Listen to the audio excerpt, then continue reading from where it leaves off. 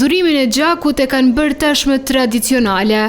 Çdo 25 maj, banorët e Strellësit të Eprëm të Deçanit organizojnë këso aksioni simbolik, jo vetëm për të ndihmuar ata që kanë nevojë për këtë lëng trupor, por edhe për të kujtuar 27 vjetorin e fillimit të luftës në këtë fshat dhe për kujtimin e rënjes heroike të luftëtarit Ismet Ukaj. Kjo ka vjen përndjen të fillimit të luftës frontale në fshatin ton, ku po a ditë ka rërë dëshmor edhe Ismet Ukaj, pra i cili sot gëzon epitetin heroi i kombit. Gjithë ky organizim, familjarët e heroit i bën të ndjehen krenar. Na si familje jem pak kam mërzitun edhe kem pak si gëzim se këto data i kem pak ma të veçanta dhe përkujtojmë gjithmonë Ismetin, jo veç Ismetin, po gjithë dëshmorët edhe të ramë si ka nep gjak për Kosovë.